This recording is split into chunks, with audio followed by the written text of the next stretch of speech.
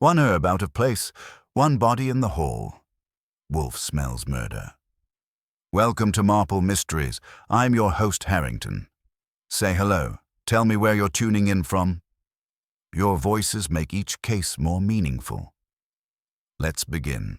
You'd think after working for Nero Wolfe as long as I have, nothing could surprise me. I've been sucker punched by art dealers, chased through Hell's Kitchen by a Pekingese in a silk bow, and once found a very dead man stuffed into a bread delivery crate like he was a stale baguette. So when I came back from a pleasant mid-morning stroll through Washington Square and stepped into the front door of the brownstone to be greeted by the unmistakable smell of basil, fresh basil, crushed and aggressive, I stopped mid-step and said out loud to nobody in particular, "That's not Fritz's doing." I was right. There are certain olfactory truths you can count on at 918 West 35th Street. On Mondays, the air carries a trace of rosemary. Tuesdays, tarragon or thyme, depending on Fritz's whim. Basil is a Friday affair, as religious and fixed as the 4 o'clock beer. So smelling basil on a Tuesday morning was like seeing Wolfe in corduroy, unnatural, a violation of sacred order. I followed the scent, narrowing in on the kitchen. Fritz Brenner was at the chopping block, chef's knife poised mid-slice above a disappointingly average-looking tomato. His usually serene face wore the tight-lipped frown of a man enduring a practical joke he hadn't been let in on. "You off schedule?" I asked, leaning against the door frame. Fritz glanced up, eyes dark and offended. "I am not. That—" He gestured with the knife, not at me but toward the small white porcelain mortar on the counter, "was not mine." I stepped closer. The mortar contained a smear of crushed basil leaves, bright green and suspiciously damp. There was a faint ring of oil clinging to the inside wall, and one small petal of something yellow and torn. A flower. I turned back to Fritz. "Then whose?" He wiped his hands carefully on a towel.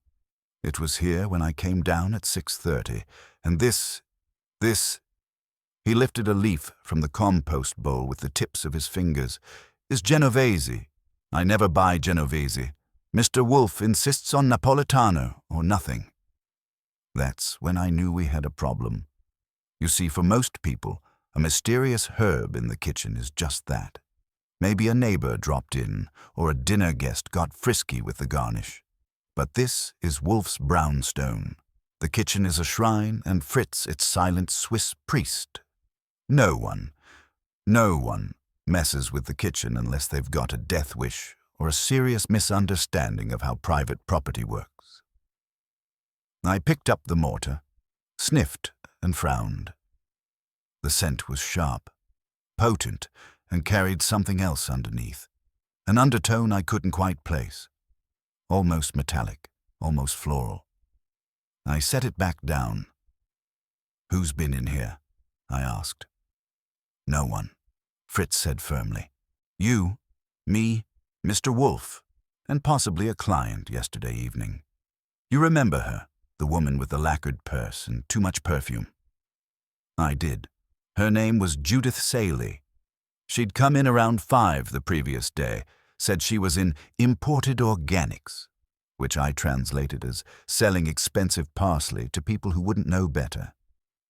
She'd sat in the office with Wolfe for 22 minutes, left no check, and exited with a long-legged sway that suggested she was used to having rooms adjust their lighting for her. Wolfe had emerged 10 minutes later looking thoughtful and slightly annoyed, which was typical. What wasn't typical was that he'd told me to leave it when I asked what she'd wanted. I filed that under unfinished business, and now that business had sprouted leaves. "I'll take it," I said, lifting the mortar again. Fritz gave me a look that might have curdled cream. "It is not hygienic. Neither is homicide," I said, and left the kitchen. I took the mortar upstairs and knocked on the office door. "Come," Wolfe called. He was in his chair, of course, behind the desk that had seen more intellectual battles than the floor of the Senate. A book was open on the stand beside him, the gastronomical lexicon of central Italy, if you're wondering, and his eyes rose to meet mine with the sluggish reluctance of a man asked to observe something inferior. "I bring tidings," I said, "and a question." I placed the mortar in front of him. He looked at it, then at me. "Where did you find that?" "In the kitchen. Fritz didn't put it there. He's preparing a formal protest to the Geneva Convention." Wolfe sighed, as if the world had again failed to function according to its proper rules. He nudged the mortar a quarter-inch with one pink fingertip and stared at it as though it might rearrange itself into a confession. "That is not our Basil," he said. "Nope." He looked up. "Then what the devil is it doing in my house?" "That," I said, dropping into the red chair across from him, "is what I hoped you'd tell me." Wolfe closed the book with a thud. "Pui, did Miss Saley touch the kitchen?" "Not to my knowledge, but I'll check her file." "There is no file." "No file?" "She came in, sat down, spoke to you, and left. That's not a ghost, that's a client. She made no offer. She posed a theory." "About what?" He paused. "Intrusion." "In what sense?" "In the botanical sense. She believes someone tampered with her shipment of rare herbs. She imports Italian produce for boutique restaurants and claims someone has introduced a strain of basil that is not hers into her distribution line. Industrial sabotage with a garnish. She said it had already cost her 2 clients, one of whom is no longer returning calls. The other sent a photograph of a dish she did not approve. And you didn't tell me this, why? Because it was preposterous. And yet now you've got a preposterous basil in your kitchen." Wolfe's nostrils flared slightly. The mortar was wiped. Lightly. He rose, yes, actually rose, and went to the safe. "Now you know things were serious." He pulled out the guest ledger. There, neatly penned under the 5th of July, "Judith Saley, Saley Imports." He closed it and turned to me. "Find out who else has eaten her basil." I raised a brow. "Are we talking victims or chefs?" "Yes," he said, and sat down again. I grinned. "On it." So off I went into the city to chase down herb-flavored sabotage and ask restaurateurs questions they wouldn't expect before their second espresso. Wolfe didn't think the basil belonged. And in Wolfe's world, what doesn't belong often matters more than what does. And when Basil walks in before its appointed day, you know something's about to rot. Wolfe didn't like mysteries in his kitchen, or in his house, or in the wide, disorderly world beyond the brownstone's front door. But if one had the indecency to creep inside and smudge the sanctity of his private domain, as that uninvited Basil had done, he reacted the only way he knew how, with silent contempt and sharpened curiosity. By 10:15 that morning, I'd already rung 2 restaurants that Judith Saley's firm supplied. One in Tribeca, the other a midtown place that tried to convince me their artichoke foam was a philosophy, not a flavor. Neither of them admitted to noticing a rogue basil in their deliveries, but both confirmed what I was looking for. A few of Saley's regulars had dropped off the client list recently. One had gone completely dark. The other had reportedly returned a full case of herbs unopened. When I brought this intel back to Wolfe, he nodded once, barely, and said, "It is a pattern, however faint." That's Wolfe's version of breakdancing on the table. But things got more interesting, annoyingly so, before noon. I was just in the hall outside the front door, holding a pencil in one hand and a grocery list from Fritz in the other, wondering if I should skip the Pignoli nuts and risk his eternal disapproval, when the doorbell rang. I opened it, figuring it was a delivery, or maybe Lon Cohen finally dropping by with those promised theater tickets. Instead, I got a man I'd never seen before, standing very still, looking at me the way a man looks at a closed safe he knows contains something expensive. He was in his 40s, polished in that Greenwich Village way that tries hard not to look like it tries hard. Neat coat, conservative tie, and a tan that said "Island Money" rather than manual labor. His jaw was tight. His nostrils flared like someone had slipped a foul note into his sandwich. "Mr. Goodwin," he asked. "You got him." "I'm Silas Drake. May I come in?" I hesitated. Not because he looked dangerous, he didn't, but because Wolfe's threshold is not a turnstile. I gave him a once-over, then a nod. "In the parlor. One moment." I led him in, sat him on the green divan, and went to find Wolfe in the office. Fritz was off in the pantry. The kitchen, still heavy with the scent of unwanted basil, felt like it was holding its breath. "Visitor," I said to Wolfe. "Silas Drake. Clean shoes, tight mouth." He asked for me by name. Wolfe's brows didn't move, but he closed his book and said, "Bring him." I did. Drake entered with the precise economy of movement you get from men who hate wasting time or words. Wolfe didn't rise, naturally, but he did turn in his chair just enough to acknowledge the man. I took my usual seat. "You are Mr. Wolfe?" Drake asked. Wolfe made a soft sound that meant yes and get to the point. "I was told you might be discreet," Drake said. "Within the confines of my profession and ethics, yes. I have a matter involving a client of mine, Judith Saley." That got Wolfe's attention, though you'd have to know him as well as I do to notice the shift. His eyes narrowed.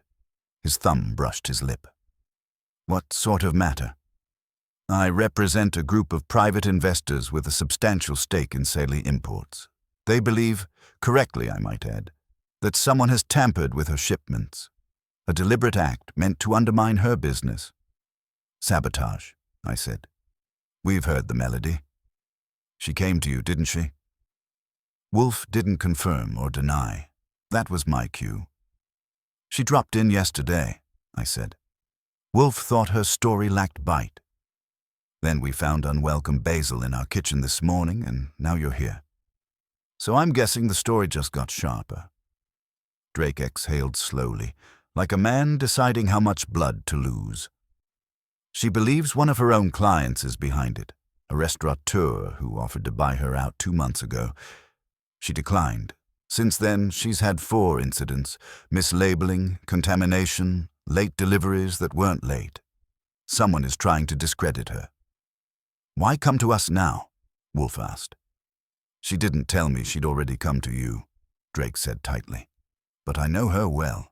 If she's reached out to a detective, she's rattled. That's not like her. I need to know what you found." Wolfe sighed.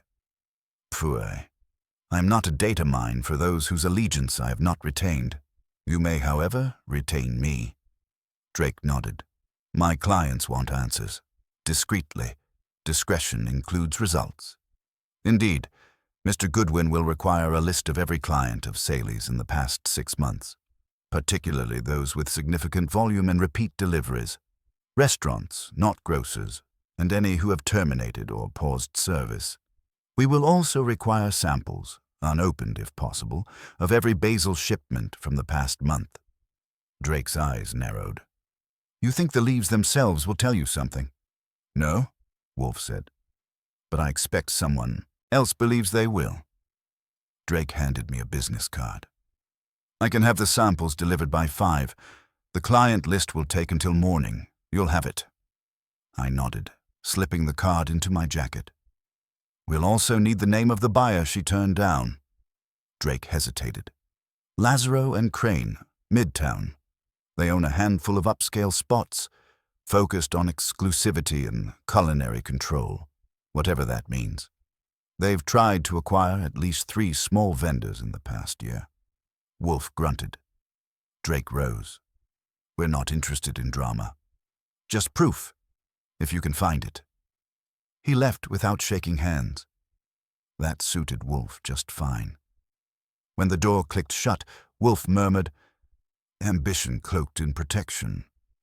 A man wearing someone else's concern." "He's not just her lawyer," I said. "Obviously." "I'll dig into Lazaro and Crane." "Do." I stood and headed to my room for my coat and recorder. Wolfe didn't say anything as I left, but he tapped a finger against the edge of the mortar on his desk. Basil in the wrong kitchen, the wrong day, the wrong strain. Judith Saley thought someone was trying to bury her under her own herbs. Silas Drake thought he was protecting an investment. Wolfe thought they were all hiding something. And me? I thought the basil smelled like bait. I was going to find out who set the hook. The doorman at the Lazaro and Crane corporate suite had the posture of a man who'd learned to say no with a smile and meant it. I gave him both names and my own, dropped Wolfe's name for flavor, and was met with the kind of look usually reserved for elevator inspectors and untipped valets. It took 15 minutes, 2 phone calls, and a little of my natural charm, or maybe they just got bored, before I was led into a cold, modern room with too many rectangles and not enough chairs. Harold Crane, half the name on the door, was the one who saw me. If Lazaro existed, he was either in Bermuda or being carefully hidden until a merger. Crane wore a shirt with no tie, glasses with no warmth, and a face that looked like it had been pinched by decisions. He motioned for me to sit across from him at a metal-trimmed conference table that had the emotional warmth of a surgical tray. "I understand you're asking questions about one of our offers," he said, as if I were already interrupting. "Saley Imports," I said. "You made a bid." She said no. "We make many offers. Some people say yes. Some people think they're indispensable. You follow up often with what looks like sabotage." He smiled thinly. "If that's your idea of an opening move, Mr. Goodwin, I recommend a different line of work. We're not in the habit of poisoning our own dinner." "Depends on who's cooking," I said. "You've tried to acquire 3 small vendors this year.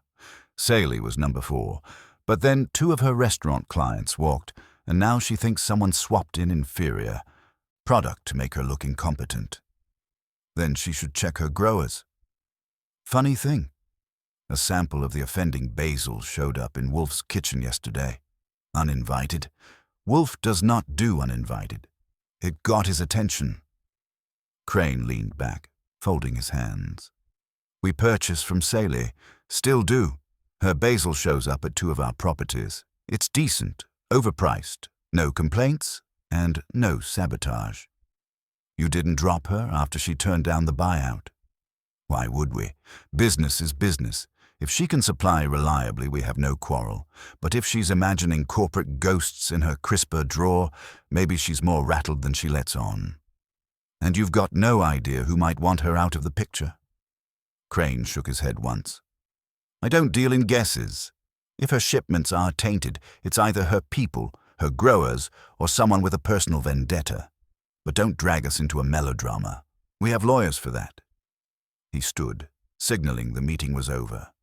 As I walked out, he said, "If Wolfe finds something real, let us know. We're always interested in facts." I didn't reply. You don't play poker with a guy who deals from a cold deck. By the time I left the building, it was past 1. I called Saul Panzer from a phone booth on the corner. Yes, we still use those, and yes, Wolfe insists. Saul picked up on the 3rd ring, and I briefed him fast. "Crane is slick," I said. "Polished denial. Claims they still use Saley's herbs. Said sabotage wouldn't benefit them." "Maybe not directly," Saul said. "But if they scare off her top-tier clients, her value drops. They wait. Offer again. Lowball." "Exactly." I asked him to check into Lazaro, if the man existed, plus Crane's recent acquisitions and anyone who might have a grudge against Saley. Saul grunted the way he does when he's halfway to the answer already. He said he'd report back by evening. Back at the brownstone, Fritz met me with a tight mouth and a look that said I was late for a meal he wouldn't call lunch. I apologized and ducked into the office. Wolfe was back in his chair, unmoving except for a faint twitch of his lips that meant he had thought unpleasant thoughts about my punctuality. The mortar still sat on his desk, flanked now by 3 more, white porcelain twins that Fritz must have dug out for comparison. The basil residue in the original had gone a shade duller, but still carried that pungent, peppery punch when you got close enough. Wolfe, of course, hadn't gotten close. He had no need. Crane, he asked. Evasive, courteous, denied everything but knowledge. Claims they still purchase from Saley. Do they? According to him, yes. But that's no confirmation. He grunted. A distraction, perhaps. Could be. Sol's looking into it. At that moment, the doorbell rang. I checked the clock. 2:15. Wolfe didn't react, but I saw a small tightening around his temples. Unscheduled visitors were a sin against his personal scripture. I answered the door and found a woman in a linen blazer, dark hair swept back, sunglasses she didn't remove. She looked like money that had recently been scuffed by disappointment. "I'm here to see Mr. Wolfe," she said. "He'll want to speak with me." I paused. "Name?" "Monica Vale. I work with Judith Saley." I studied her for a moment. She didn't blink. Wolfe, when I relayed the name, lifted a brow. "Bring her," he said. Vale entered like a woman who knew she'd either be taken seriously or leave the room in flames. Wolfe motioned to the chair. She sat. "I understand you're investigating the issue with Judith's shipments," she said. "I'm her operations manager. I handle logistics. There's something you need to see." She opened her leather folder and slid out a photograph. I took it. It showed a row of small basil plants. Nothing dramatic, except that one of them had purple striations on the leaves. Unusual if you weren't growing Thai basil, which they weren't. "We found that 3 days ago," she said, "in one of our partner greenhouses. It wasn't ours. It didn't belong to that varietal. It matched none of our seed records." "Contaminated crop?" I asked. "Or swapped," she said. "The greenhouse is managed by a third-party grower. Judith leases space. It's secure. Controlled, except someone got in. Quietly." Wolfe tapped his fingers. "You discovered it and did not involve the police. We can't afford panic. Our clients are already nervous. If word gets out, we'll lose the rest." Judith hoped to handle it quietly. "Miss Vale," Wolfe said, "you're in possession of evidence suggesting industrial sabotage and possibly felony trespass." "Why come here now?" She hesitated. "Because today, something else happened." She opened the folder again and pulled out a folded note. I took it, unfolded it, typed. No signature. "You're losing flavor. Sell before it spoils." I passed it to Wolfe. "It came with the morning mail," she said. "No return address. Postmarked downtown." "That changes things," Wolfe said quietly. "Yes," Vale said. "Now Judith's not just worried about her business. She's scared." Wolfe didn't respond immediately. He reread the note, then looked at me. "Mr. Goodwin, you will visit the greenhouse?" I nodded. Wolfe turned to Vale. "Miss Vale, you will make no further internal inquiries. You will not mention this visit to your staff. Whoever has done this knows they have not yet been exposed. That is an advantage I intend to keep." She gave a small nod. "Understood." As she left, Wolfe leaned back and steepled his fingers. The basil did not belong. That was the first move.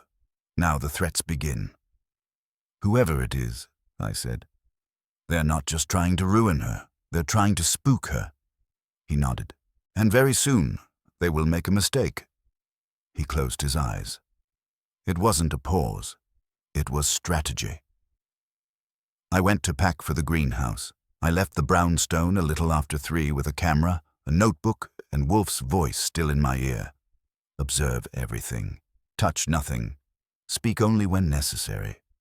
You'd think he was sending me to infiltrate a foreign embassy, not a Manhattan-adjacent greenhouse with a herb problem. But when Wolfe was dealing with something botanical, especially something that dared invade his kitchen, he took it as personally as most men take infidelity.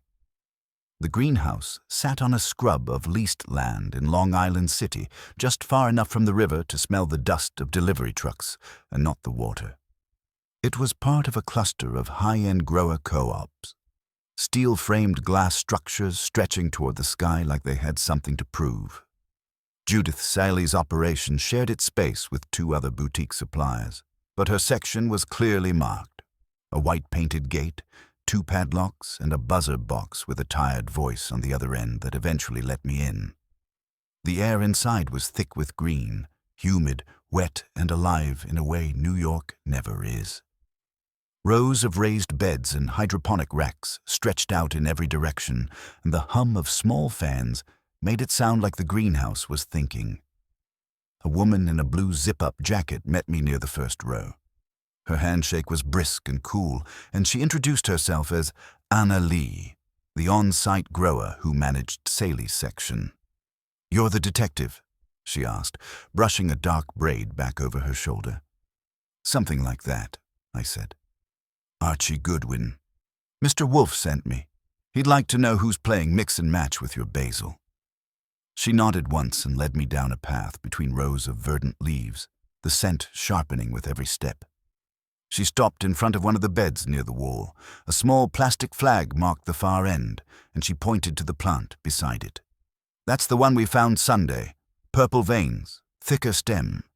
It's not one of ours." I crouched. The imposter stood out, if you knew what to look for. To a casual diner, it would have blended into the salad without a second glance. But up close, the differences were clear. The leaf shape was rounder, and there was a faint gloss to the underside that the others didn't have. "You're sure it didn't mutate?" I asked. She shook her head. "We use clonal propagation, no seeds. Each plant is genetically identical. This one isn't. It's from a different cultivar entirely. Could someone have brought it in by mistake? We've checked inventory. All shipments are accounted for. This wasn't planted here. Someone transplanted it." That was interesting. It meant time, intent. Somebody didn't just drop a rogue plant by accident. They deliberately introduced it. "Who has access?" "Me, Judith, Monica Vale, and our delivery manager, Arturo." "Fen. And the landlord's maintenance man, I suppose. But he doesn't enter our section without notice. Has anyone come by unannounced?" "Number, but we did have a break-in 2 weeks ago. Nothing stolen. Just the door to the west exit left ajar one morning." "And you didn't report it?" She looked away. "Judith didn't want to cause a stir. She thought it might have been our own oversight, but now it looked like a staging ground." I photographed the plant, the surrounding row, and the lock on the gate. Then I asked to see the shipment records and incident reports. Anna led me to a small office built into the back wall, cluttered with clipboards and herb samples in Ziploc bags. She handed over a slim manila folder. One thing caught my eye right away. On the day of the supposed break-in, a delivery had gone out to a midtown client listed as Cantle, Chef Drop. No address, no contact, just initials. "Who's Cantle?" I asked. Anna frowned. "That's not one of ours. Let me see."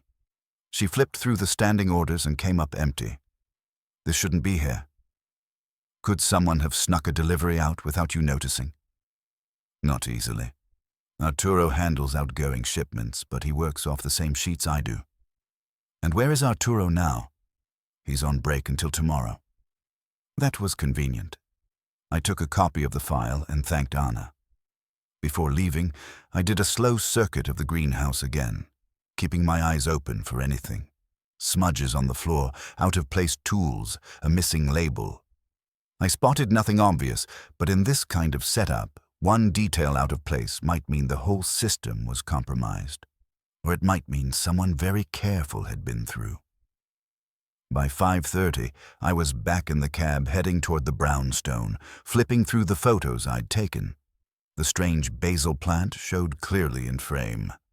I noticed something else then, a small discoloration in the soil directly beneath the rogue leaf cluster. I zoomed in. It wasn't soil. It was paper. A sliver of something white and fibrous, almost hidden beneath the mulch. I swore under my breath. I hadn't noticed it in person. I'd walked away from a clue. When I reached the brownstone, Wolfe was in the plant room, naturally. The sun had lowered just enough to bathe the orchids in the syrupy amber glow he favored for their evening repose.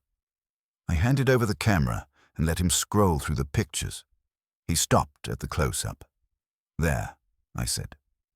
"That fragment." He enlarged it again, then grunted. "Return at once and retrieve it. Carefully. Preferably before some horticultural zealot mistakes it for fungus and clears it away." I called Anna. She was still on site, agreed to keep the bed untouched, and promised to hold the area closed until morning. Wolfe wasn't pleased at the delay, but he knew the game. If it was a clue, it had waited this long. One more night wouldn't break it.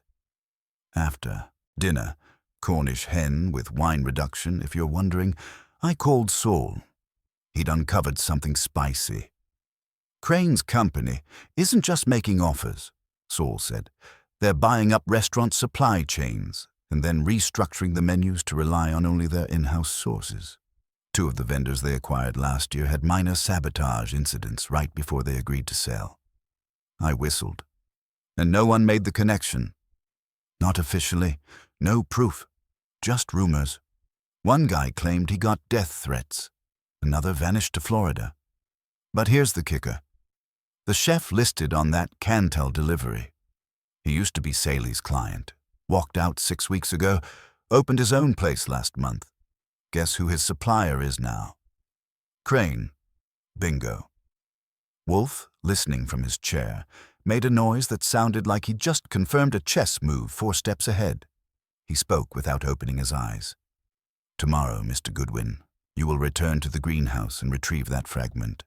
Afterward, you will pay a visit to this chef, discreetly. Understood?" Wolfe opened his eyes then, fixed them on me. "They've attempted a graft, Mr. Goodwin. Not of plants, of perception. They wish to blend the false with the genuine, and hope no one notices the change until the original is gone. It is vulgar, it is clumsy, and they have made an error." He leaned back, satisfied. Outside, the summer air carried the faintest trace of basil through the open window, but this time it belonged. The next morning broke humid and tense. Fritz was in a state. Breakfast had been delayed 10 minutes because he couldn't find the good olive oil, and Wolfe, affronted by this culinary disturbance, spent the better part of the meal grumbling about invasive incompetence. I held my tongue, mostly because I was too focused on getting back to that greenhouse before someone decided to tidy up what might be our only hard clue. At 8:45 sharp, I arrived. Anna Lee was already inside, wearing the same blue zip-up, a fresh pencil tucked behind her ear, and a look that told me she hadn't slept well. She walked me down the same path through the herb rows, which still smelled like ambition and chlorophyll, and stopped short when we reached the marked bed. "I left it exactly as it was," she said. "Nobody's touched it."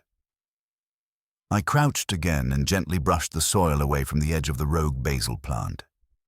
There it was, a small torn strip of white fiber, about 2 inches long, folded like a careless secret. I plucked it out with tweezers, slipped it into an envelope, and sealed it before Anna could blink. It had the texture of heavy paper, or maybe cardstock, and I could see faint typewritten ink along the edge, though the letters were cut off. The only clear fragment read, NDEL. Anna leaned over. "Is it a label?" "Could be," I said. "Could also be a piece of a shipping tag, or the edge of a note. Either way, it doesn't belong in your dirt." She nodded. "I'd like to know how it got there." "You and me both." Back in Manhattan, I handed the envelope to Wolfe. He didn't open it immediately. Instead, he stared at it like it was a misbehaving student. "Mr. Goodwin," he said after a moment, "the word fragment. Ndel could be the end of handle, or Kendall, or part of a longer name." He grunted. "You're visiting the chef today?" "After lunch." "Good. Take the fragment. Do not show it unless provoked." "Provoked how?" He closed his eyes. You'll know. That was the sum total of my instruction. So after a lunch of veal and summer squash, Wolfe's mood improved considerably once Fritz rediscovered his precious oil. I headed north to a place called Estiva, a new boutique restaurant in Murray Hill. The chef in question was one Gabriel Kendall. I'd seen his name in the file of ex-clients Saley had flagged. He'd been a steady customer for over a year, then dropped her without so much as a returned crate. Estiva was clean steel and pale tile, all muted Scandinavian tones and minimalist cutlery. A woman with a clipboard tried to shoo me out until I dropped Wolfe's name and said I had a question about herbs. That got me 5 minutes in the back with Kendall, who was supervising a prep station while a sous chef shaved fennel like he was filing tax returns. Kendall was wiry, with the kind of sharp face that belonged in culinary magazines. Knife-edged cheekbones, precise stubble, and eyes that didn't blink unless they had a reason. He looked at me like I was a dropped clove of garlic on a white tablecloth.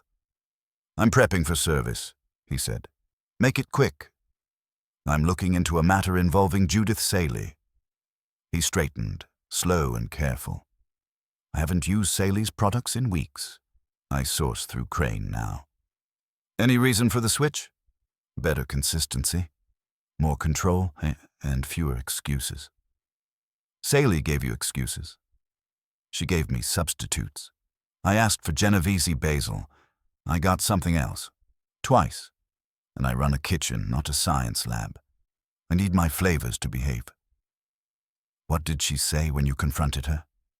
"She blamed a miscommunication with her growers, said it wouldn't happen again.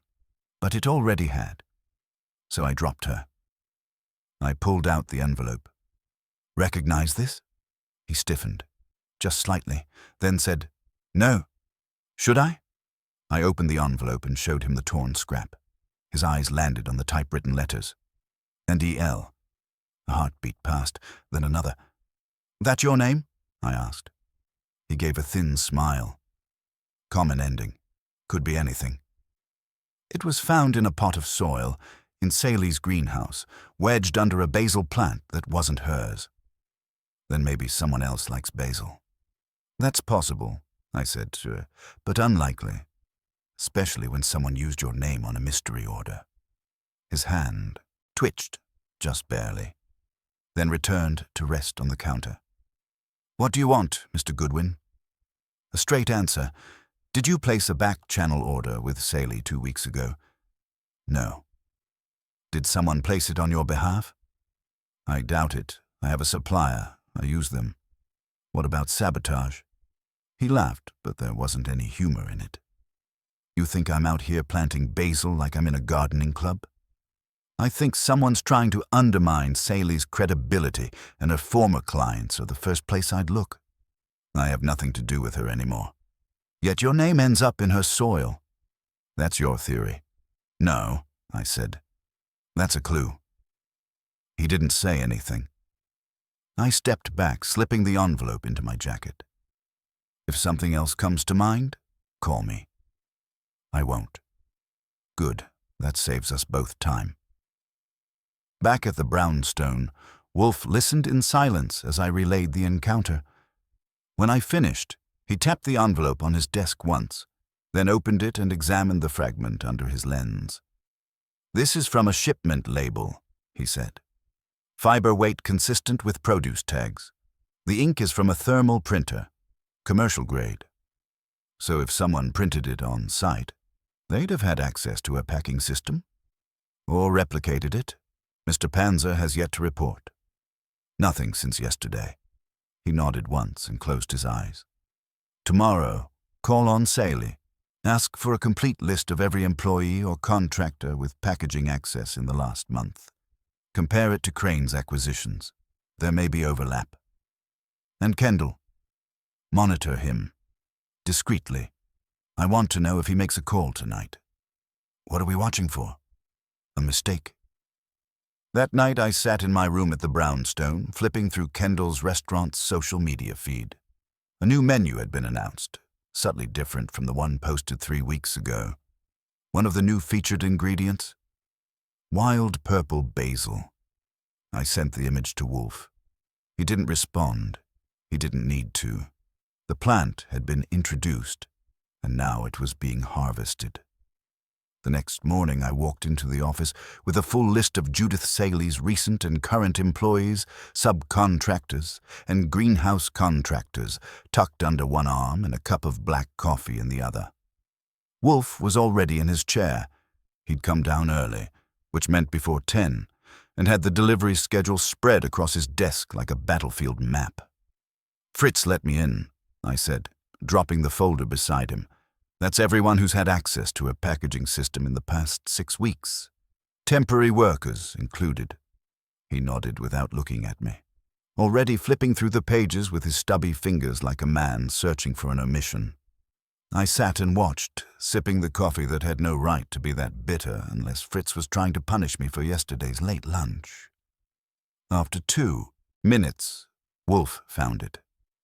"This name," he pointed. "Trevor Lynn, contracted twice, 1 week apart. First for logistics support, then again for delivery routing." I leaned forward. "He's a free agent. Works for a staffing firm called Turn Operations." Wolfe tapped the line again. Cross-reference with Crane. I was already dialing Saul Panzer. He picked up on the second ring. I gave him the name and the firm and asked him to run it through the corporate filings of any recent acquisitions or vendors tied to Lazaro and Crane. Saul didn't even grunt. He just hung up. That meant he was already working. Wolfe reclined, his fingertips pressed together. "Kendall's use of purple basil is no accident. It is timed, purposeful. He wishes to distinguish himself, publicly, just as Saley's brand erodes." "And Lynn?" "He was planted." I tilted my head. Pun intended. He opened his eyes to glare at me. "Do grow up, Archie."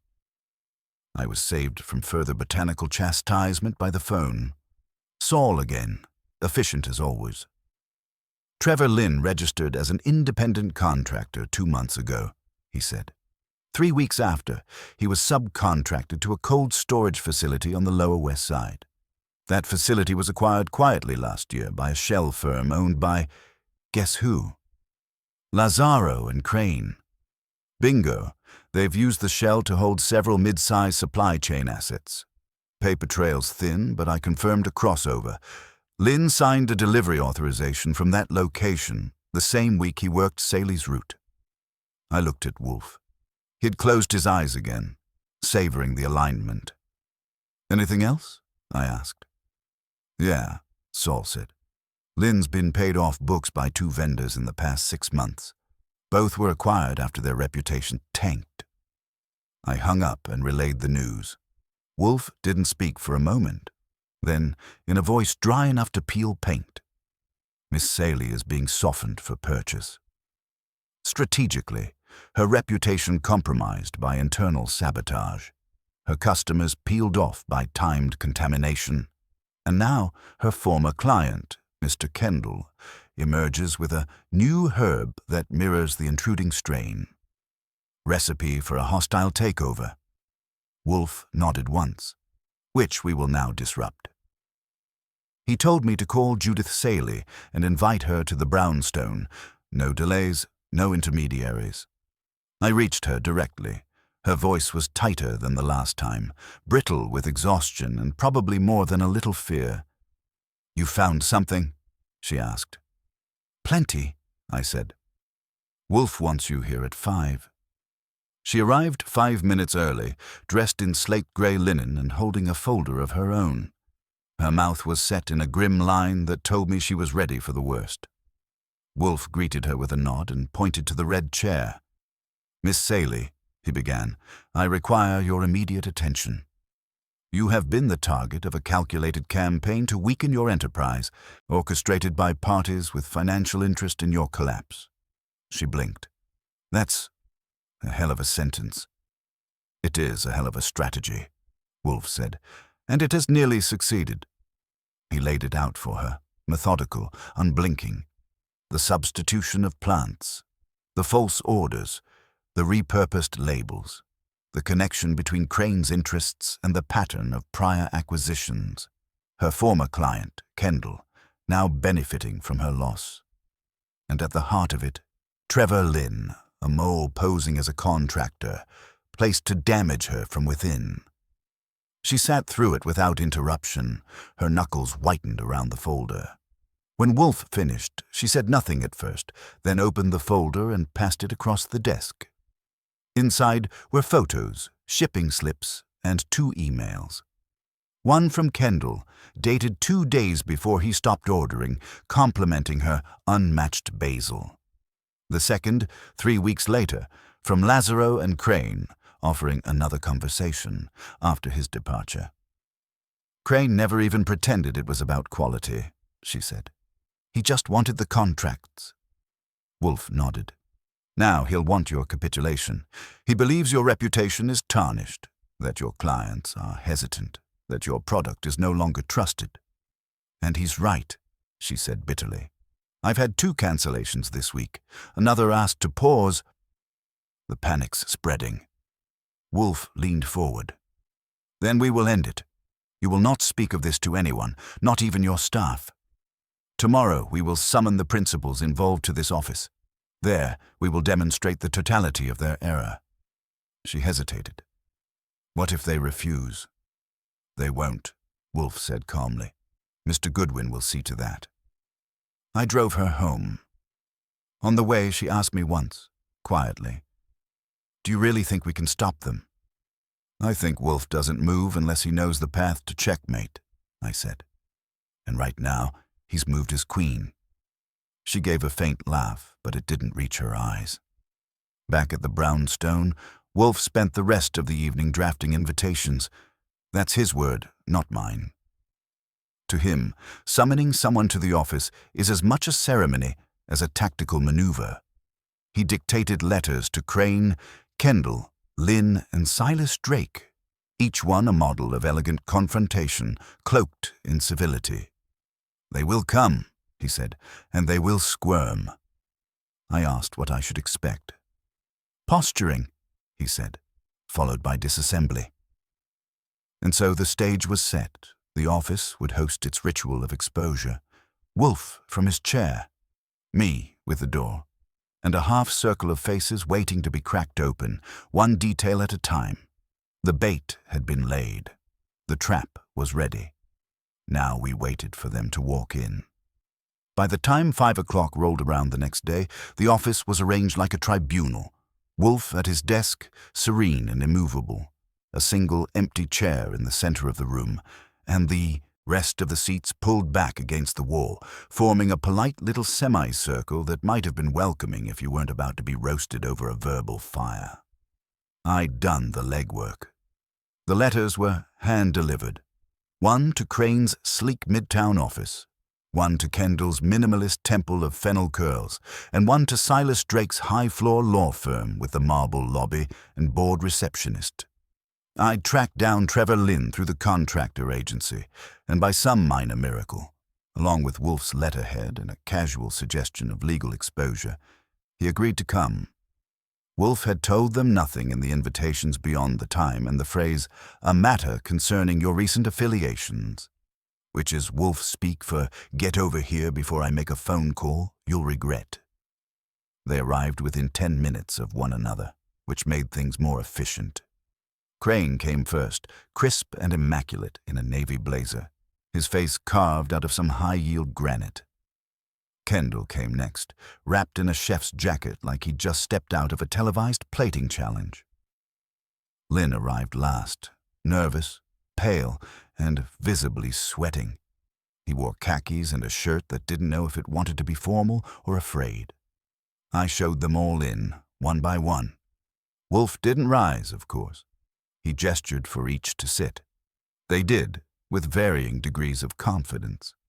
Crane glanced around the room and settled into his seat with a smile that didn't reach his eyes. "Mr. Wolfe," he said, "this is unusual." "Indeed," Wolfe murmured. "Mr. Goodwin, shut the door." I did. It clicked with a soft finality. Wolfe steepled his fingers. "You have all played roles, active or passive, in a campaign of commercial sabotage against Miss Judith Saley. Tonight, I will detail your actions, their consequences, and the evidence collected. I suggest you remain silent until invited to speak. If you wish to protest, do so after I finish. Interruptions will be met with expulsion. Crane shifted in his chair. This sounds like an accusation. It is, Wolfe said. But more importantly, it is a proof. He turned slightly toward Lynn, who shrank half an inch just from the movement. Mr. Lynn, you accepted short-term contracting work at Saley Imports through Turn Operations on 2 occasions in the last month. During your time there, you accessed packing labels, route sheets, and inventory control logs. Lynn licked his lips. Yes, I was cleared. You were also contracted by a subsidiary of Lazaro and Crane, Wolfe continued, operating under the name Cleargate Holdings. You delivered produce to a cold storage facility registered at 198 Varick. Do you deny this? Lynn looked to Crane, who didn't glance back. No, Lynn said. Wolfe nodded. You introduced foreign basil strains, specifically a purple-veined cultivar, into Saley's controlled supply. At least 2 plants were traced too, greenhouses under your access. You falsified at least 1 outgoing delivery labeled Cantel. The slip bearing the tail of your surname was recovered in the soil where the plant was placed. I didn't... Lynn's voice cracked.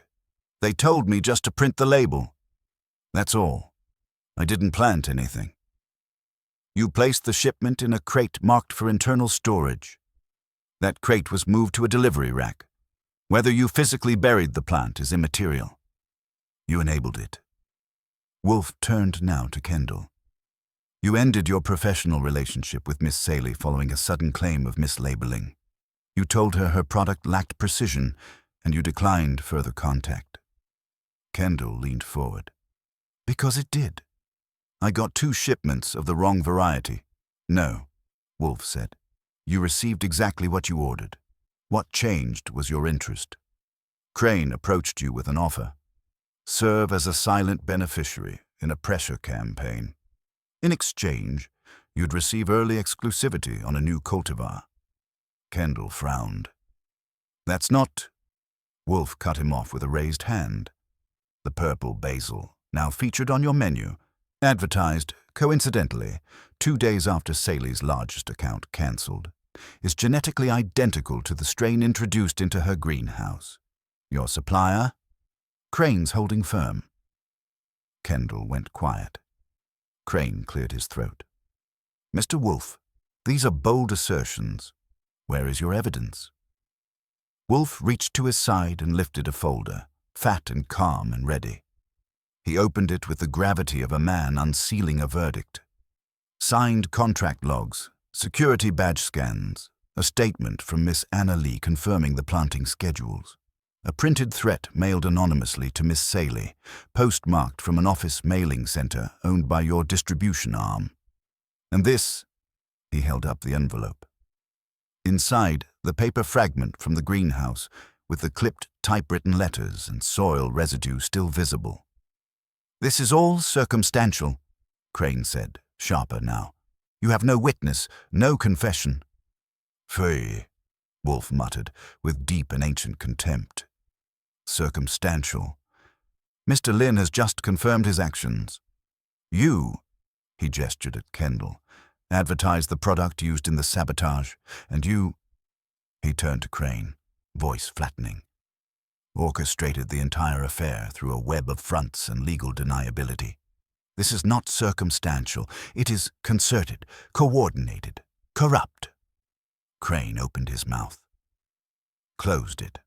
Wolfe pushed the folder across the desk. Miss Saley's legal representative will receive a duplicate. Your choice, gentlemen, is simple. Cease all efforts to acquire her business, issue a public clarification, exonerating her of any fault in prior produce anomalies, and remove Mr. Lynn from your employ. Or, if you prefer, I will make a single call to the Attorney General's office. I believe they'll find this illuminating. Lynn was already nodding.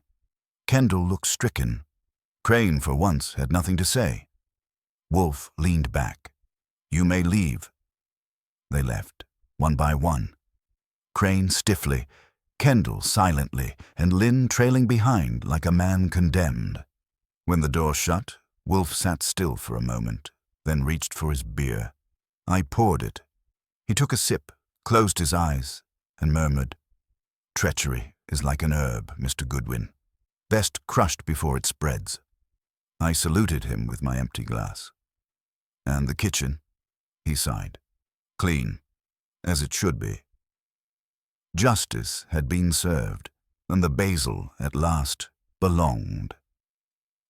The brownstone returned to silence with the kind of grace it reserves for the aftermath of a particularly clean takedown. Fritz resumed his kitchen rhythms with audible relief, and I could swear the orchids in the plant room stood a little taller, as if the air had been purged of something sour. Wolfe didn't gloat, not exactly. That would have required energy. But there was a composure in his posture that told me his internal equilibrium had been restored. The Basil no longer offended. The intrusion had been isolated, named, and neutralized. Still, I knew Wolfe well enough to recognize the one grain of dust still rolling around in the machinery. He hadn't spoken a word since Crane and company left. That meant something was still clicking behind those glacial eyes. I sat opposite him, pretending to jot notes into my book, which at that point was more of a diary of threats, garden sabotage, and confessions. Wolfe tapped his fingers once, twice, and then said, "We have secured Miss Saley's reputation. She will recover, but something still irks." I raised a brow. "You mean aside from a purple Basil coup orchestrated under our noses?" He waved that off. Lynn was careless. Crane was predictable.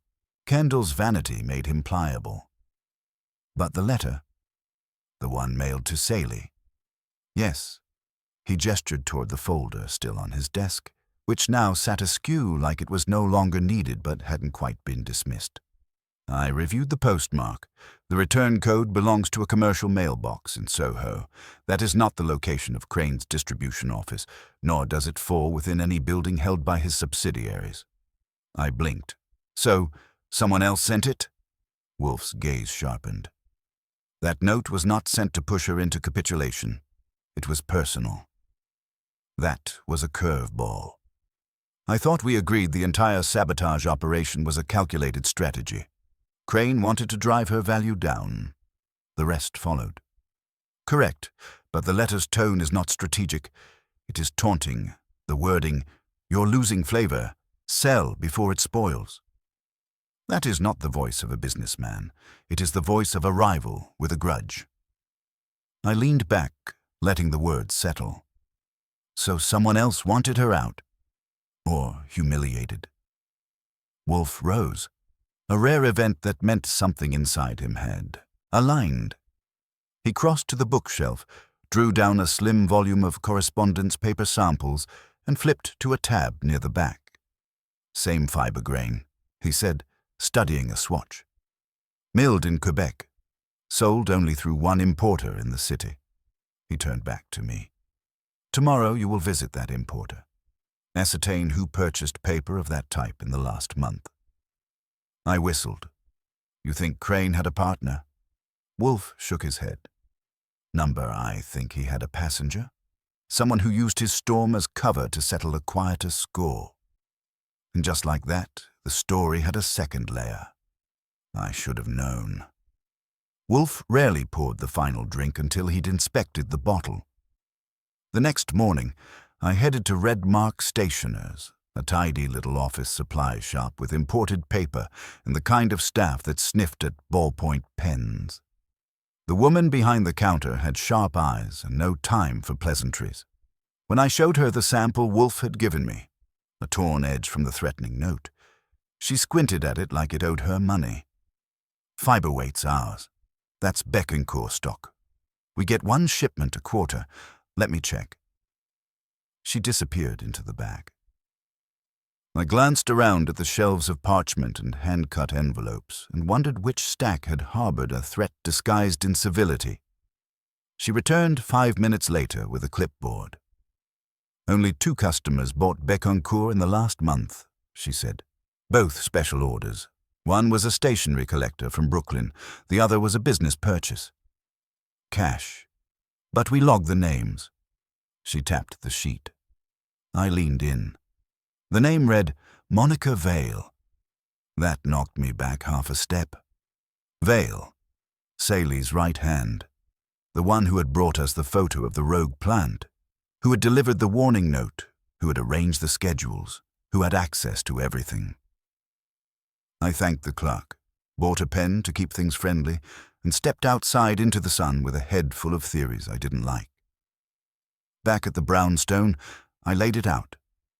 "She bought the paper," I said. "Same mill. Same date range. Her name, no alias."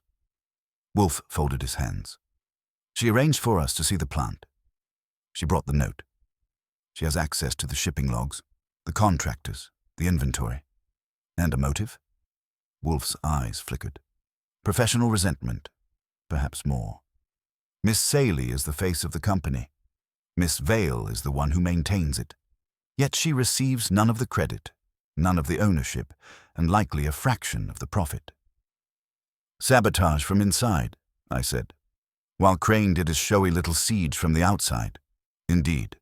Crane's plan destabilized the structure, but the first crack came from within." Wolfe reached for the phone and dialed slowly. I sat back and waited. When Monica Vale answered, her voice was cool, composed.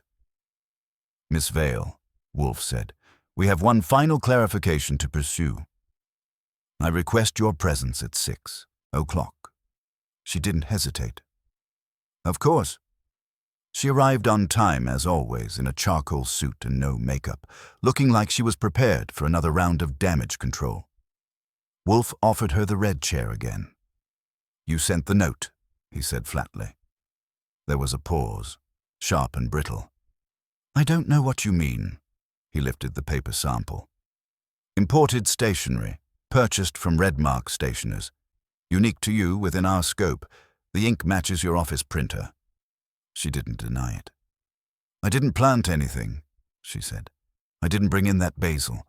I didn't work with Crane." "Number you did not." Wolfe leaned forward, voice quiet and heavy.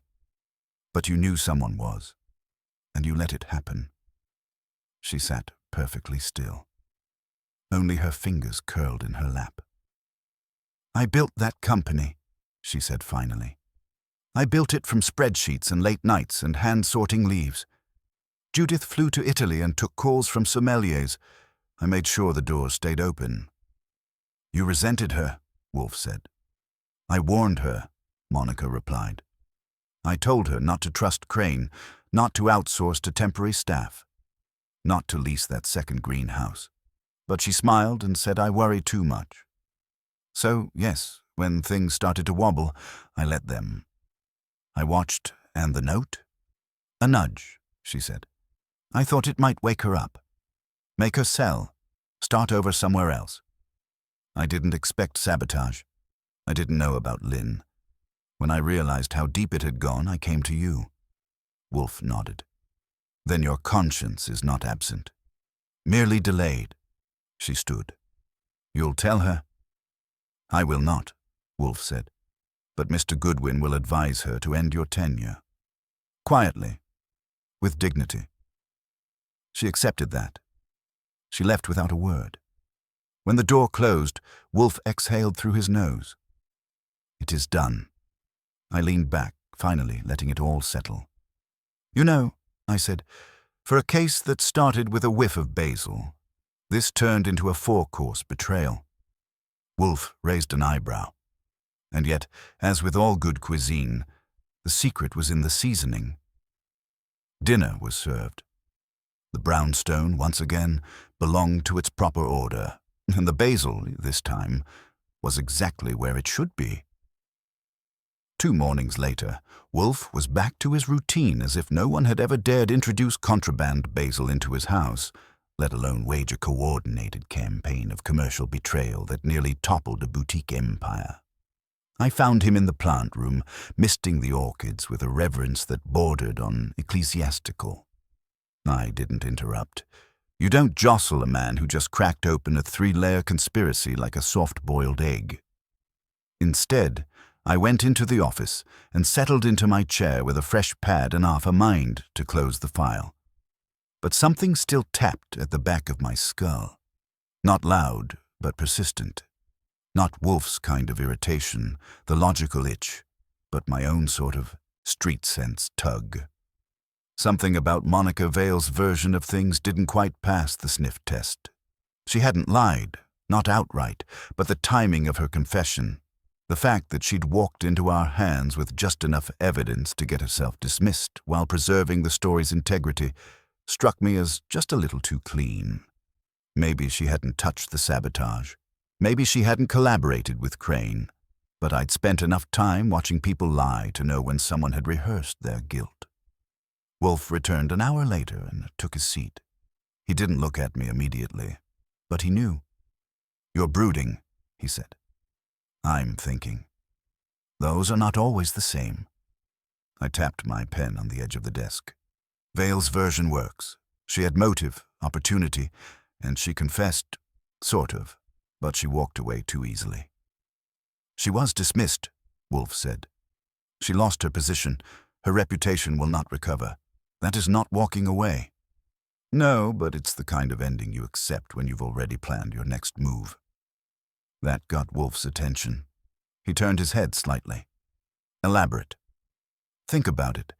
Monica Vale sat at the center of Saley's operation. She knew every route, every supplier, every invoice, and every crack in the system. She didn't have to be the saboteur.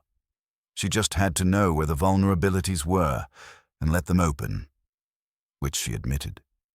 Yes, but only after you traced the paper.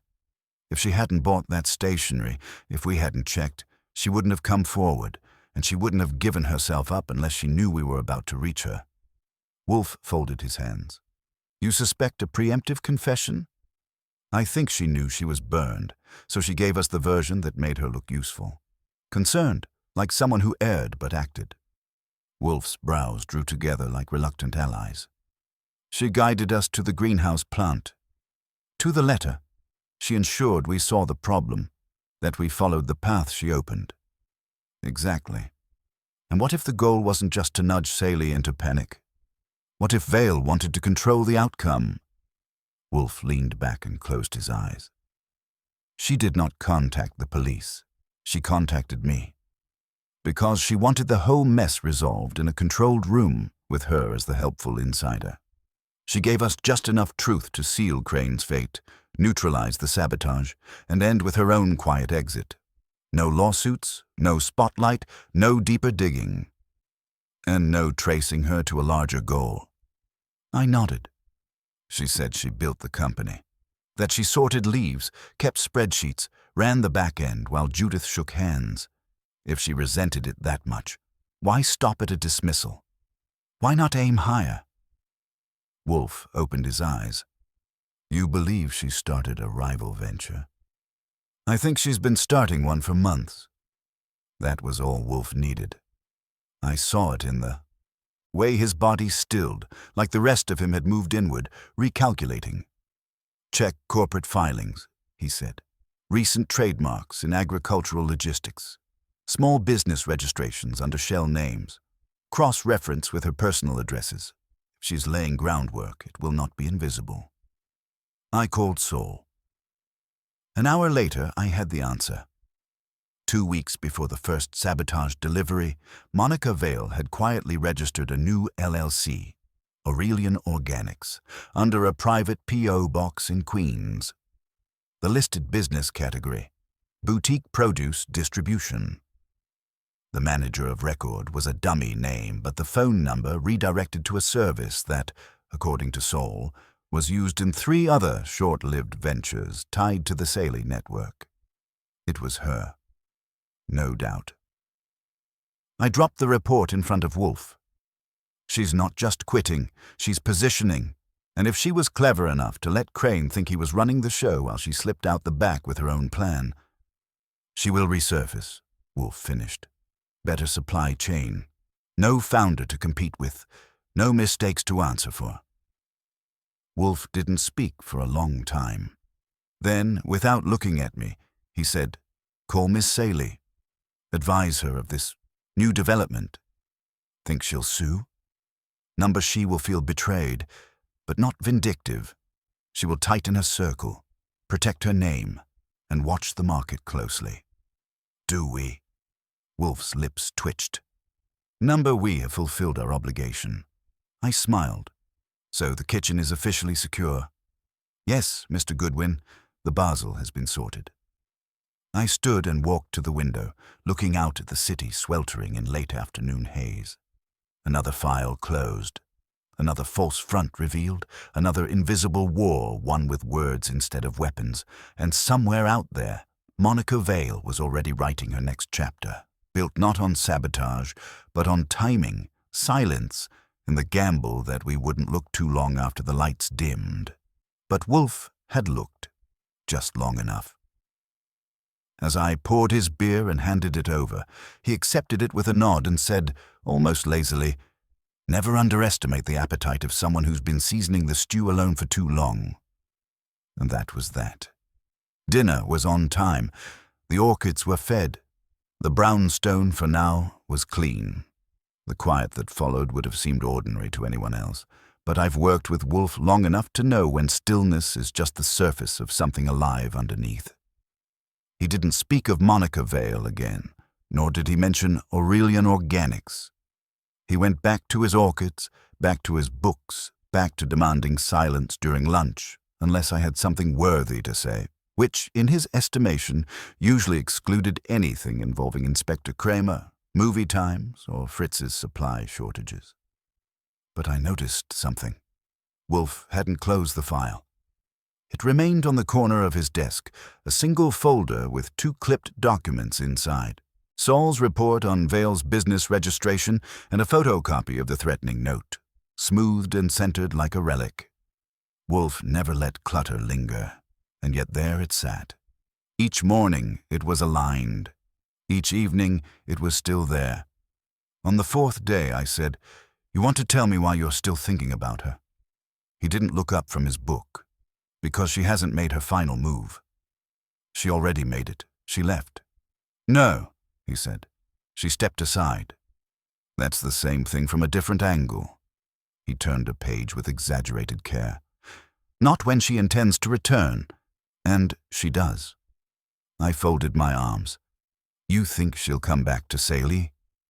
"She never left it," he said. "She left the face of it. The structure remains hers." I shook my head.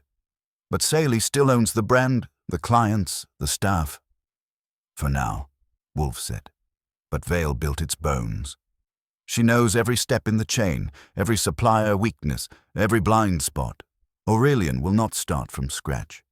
She'll let Saley recover, then quietly siphon." "And what do we do?" Wolfe closed the book and rested it gently on the stand. "We wait." That didn't sit well with me. I've got nothing against patience in theory, but when someone's out there laying new rails on an old line, I prefer not to be the guy holding the receipt after the next train crash. But Wolfe was right. There was nothing actionable yet. No theft, no breach, no foul. Just the echo of betrayal, the scent of a second act. And then it came. A week later, I took a call from Saley just before noon. Her voice was clipped and dry, like it had been dragged across sandpaper. "She's opened her client list," she said. "Vale?" "Yes. Aurelian's launched quietly. I received a call from a supplier this morning asking if I'd heard of them. He thought we were affiliated. Same Basil source, same growing partners, even the same packaging template." Wolfe had already turned his head toward me. He didn't need to ask. He knew. "Anything illegal?" I asked. "No," Saley said. "But she's repurposed everything, down to the invoice formatting." "You want to fight it?" "I want it stopped." After I hung up, Wolfe stared out the window for a long moment before speaking. She has made her move. She's bleeding Saley's identity, not violently, just enough to starve it. She will wait 6 months, absorb the defectors, adjust her model, then claim legitimacy. I sat. And there's nothing we can do? There is one thing, Wolfe said, but Miss Saley must be willing. She will be.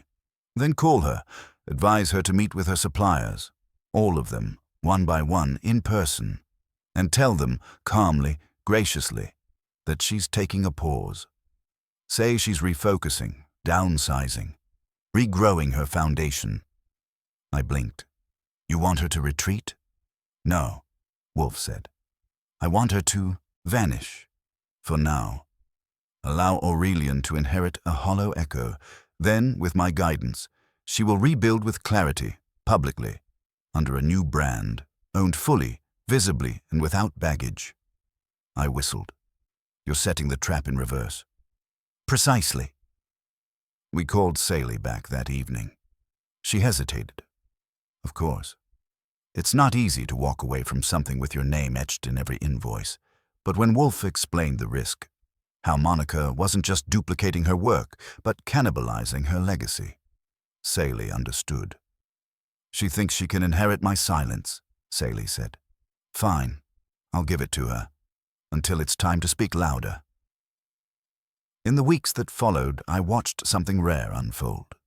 Saley vanished from the market with elegance.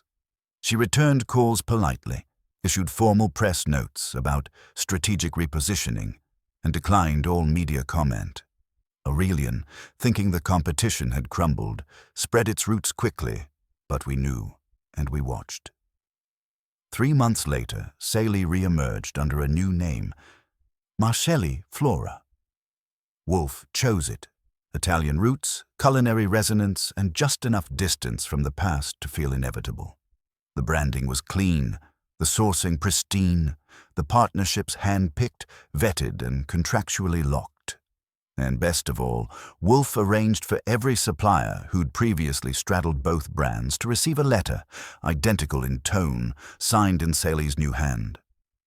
They returned, one by one, quietly, but certainly. I caught Wolfe smiling that week, not broadly, but enough that Fritz noticed and made veal osso buco in celebration. Wolfe called it commendably symbolic. On a Friday afternoon, long after the dust had cleared, I found him in the plant room again, misting the orchids with that monkish focus. So, I said, no more intruders? No. No more sabotage? No. No more Basil coups? He gave me a side glance. Not unless you intend one. I grinned. I've learned my lesson. He turned back to the orchids. There are 2 kinds of victory, Mr. Goodwin, the loud and the lasting. Miss Vale chose the former. We secured the latter. I thought she was clever. She was. He adjusted a leaf with gentle precision. But cleverness fades. Design remains. Dinner that night was served with roasted tomatoes and a chiffonade of basil. Napolitano, of course, picked by Fritz's own hand, washed and sealed in the kitchen that once bore the faintest whisper of treason. Now it bore only aroma, in peace. The office was quiet.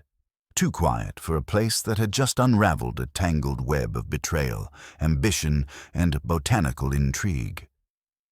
Wolfe sat behind his desk, immovable as ever, a faint crease between his brows, betraying the weight of thoughts that had settled over him like dusk.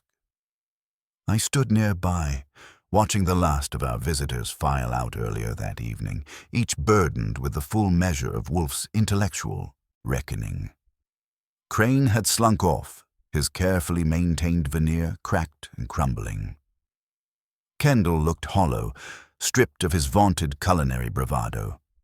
Lynn, the mule of the scheme, barely met my eye, a man undone by his own complicity, but it was Vale who haunted the space between us. The quiet shadow that lingered despite her departure, a reminder that cleverness sometimes wears a mask of surrender, only to return anew. Wolfe finally spoke. voice low and precise. "Mr. Goodwin, we have concluded a matter that began with an herb misplaced and ended with trust broken." I nodded, feeling the truth of it settle deep in my gut. It was never just about the basil. Indeed, it was about the invisible fractures in loyalty, ambition veiled in green leaves, and the human appetite for power disguised as necessity. He paused, eyes fixed on the mortar where the first foreign leaf had been found. I did not raise my voice today, nor did I brandish threats beyond reason. Victory belongs to knowledge wielded with patience and clarity. I let the silence stretch before adding, "And the brownstone?" "Restored," Wolfe said. "The kitchen sanctified once more. The basil belongs where it was meant to be, in its proper place, untainted by deceit." He stood slowly, towering in his immobility, and gestured toward the plant room where the orchids flourished, as if understanding the end of the storm. "Justice," he said, "is not a shout in the street, but a quiet restoration of order. The world is too often stirred by brashness and folly. Let us be the still point around which it turns." I smiled, feeling the familiar pull of home, the sanctity of this place, where minds clashed over facts and not fists, where intellect reigned supreme. As Wolfe returned to his chair, I poured 2 glasses of rye. He accepted one without looking up. "To Basil," I said, raising my glass. "To justice," he replied, voice smooth as the amber liquid. We drank, the brownstone settling back into its timeless rhythm. Outside, the city buzzed and roared, oblivious to the small victory won in a quiet office far from the chaos. And that, as always, was exactly how Nero Wolfe liked it.